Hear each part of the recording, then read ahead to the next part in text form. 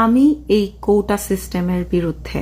যারা quota system তুলে দেওয়ার জন্য আন্দোলন করছে আমি তাদের পক্ষে।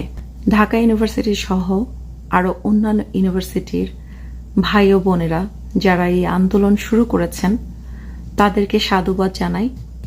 কানাডার ক্যালগারি শহর থেকে কি করতে পারবো কি পারবো না জানি না, তবে আপনাদের জন্য দূর থেকে দোয়া করছি যেন আপনারা এই আন্দোলনে সফল হন। তীব্র নিন্দা জানাই সেই সব পুলিশদের যাদের গুলির আঘাতে নিরীহ মানুষের প্রাণ যায়। সেই সব পুলিশদের এমন শাস্তি দেওয়া হোক যাতে করে অন্য আর একজন পুলিশও এমন জঘন্য কাজ করার সাহস না পায়। আমি বলবো না যে প্রত্যেকটা পুলিশ খারাপ, কিছু পুলিশের জন্য পুরো পুলিশ ডিপার্টমেন্টের বদনাম হয়। যেই সব পুলিশের জন্য নিরীহ মানুষের প্রাণ যায় তাদের উপযুক্ত শাস্তি দেওয়া হোক। কোটা সিস্টেমের বিরুদ্ধে যারা আন্দোলনে নেমেছেন আমরা তাদের পাশে আছি।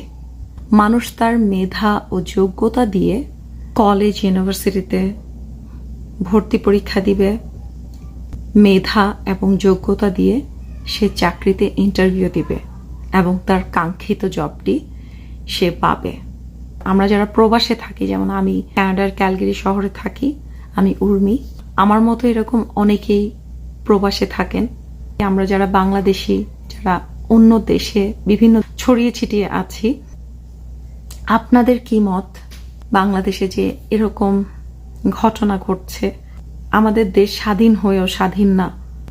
কেউ আন্দোলন করলে দেখা যাচ্ছে তাকে জান দিতে হচ্ছে। একটা মাই জানে সন্তান হারানোর বেদনা কিরকম। যার যায় সে বুঝে। সেই সন্তানকে নিয়ে অনেক স্বপ্ন ছিল, যে সন্তানকে তার মা এইভাবে অস্বাভাবিকভাবে হারাতে হলো।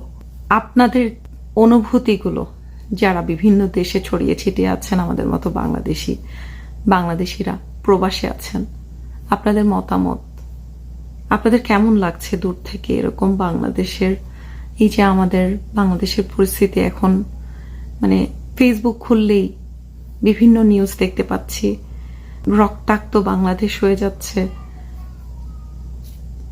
ঢাকা ইউনিভার্সিটি সহ আরো অন্যান্য ইউনিভার্সিটিতে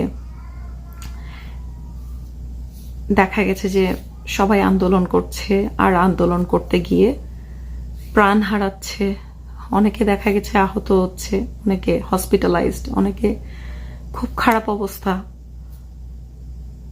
আমরা সবাই এর বিরুদ্ধে একটা অ্যাকশন নেওয়া উচিত।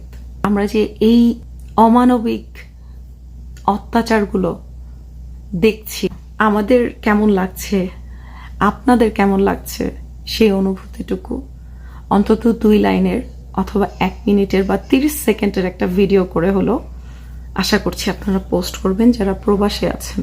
আবারও বলছি, বাংলাদেশে যে পরিস্থিতি দেখছি ভীষণ খারাপ লাগছে। আশা করছি এর একটা সলিউশন হবে এবং যারা আন্দোলন করছে একটা সম্মানজনক অ্যান্সার পাবে। তারা যাতে এই আন্দোলনের মাধ্যমে তাদের যেই চাওয়া সেটা যেন ফিরে পায়, আমাদের এতটুকুই দোয়া থাকবে সবার জন্য। সবাই ভালো থাকবেন।